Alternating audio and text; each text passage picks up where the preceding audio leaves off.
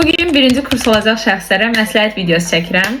İlk günlər qrup yoldaşlarınızla münasibəti normal saxlamağa çalışacaqsınız. Nə çox yaxın, nə çox uzaq olacaqsınız. Əgər qrup yoldaşlarınızla ilk vaxtdan çox soyuq olsanız, münasibət bir yerdən sonra korlanır. Yox da hamı ilə yaxşı olmağa çalışsanız, birazdan sonra ikiyüzlü kimi tanınırsınız. Buna görə sadəcə normal münasibəti və balansı qoruyun. İkinci tövsiyə olaraq sizə deyə bilərəm ki, müəllimlərin dilini tapmağa çalış, amma hədsiz dərəcədə yaxınlıq eləmə. Çünki universitet mühiti elədir ki, müəllimlər çox fərqli olur da. Yəni abituriyent vaxtı ya da məktəbdə gördüyünüz müəllimlər kimi deyirlər. Məktəbdə sənin nazın oynayır, amma universitetdə sən nazından oynamalı olursan. Üçüncü məsləhət kimi isə deyə bilərəm ki, sistemi ilk gündən öyrənməyə çalış. Düzdür, bunu yəni heç kim gəlib demir. Müəllim biri ümumi məlumat verdi, ümumiyyətlə başa düşmədim. Mənim ikinci kursun özündə öyrəndiyim şeylər var idi. Öz marağına uyğun işlər tapmağa çalışmalısan. Öz pulundan, öz istədiklərini almağın, özünü eləməyin dadı tam bir başqadır. Bununla bağlı çox suallar gəlir ki, nə işi görə bilərik? Baxın ki, siz nəyi görməyi sevirsiniz? Hədiyyələr verməyi sevirsiniz, hədiyyə hazırlamaq sevirsizsə,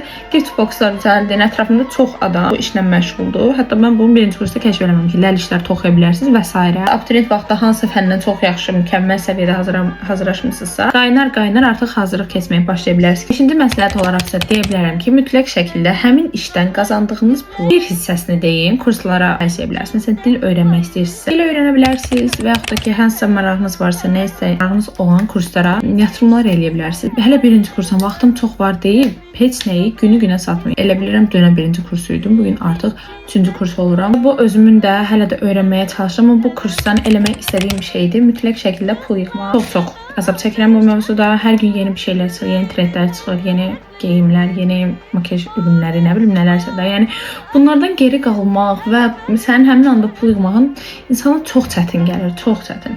Amma inanın ki, düşünmək lazımdır ki, gələcək üçün, gələcəkdə bundan da daha fərqli trendlər, daha gözəl bir şeylər olacaq. Bu prinsipdə yanaşsaq bəlkə biraz pul yığıb bilərik. Bedoda oxuyanlar, Bedoda olacaqlar, sizə ikinci korpus alacaqlar, mütləq şəkildə yazsın. İstəyirəm ki, ilk gün vlogumda siz də yer alasınız. Cavab çıxan ki, mütləq videonun altını gözləyirəm sizi. Bu arada takip alın ki, daha çox belə tövsiyə videoları çəkim sizə.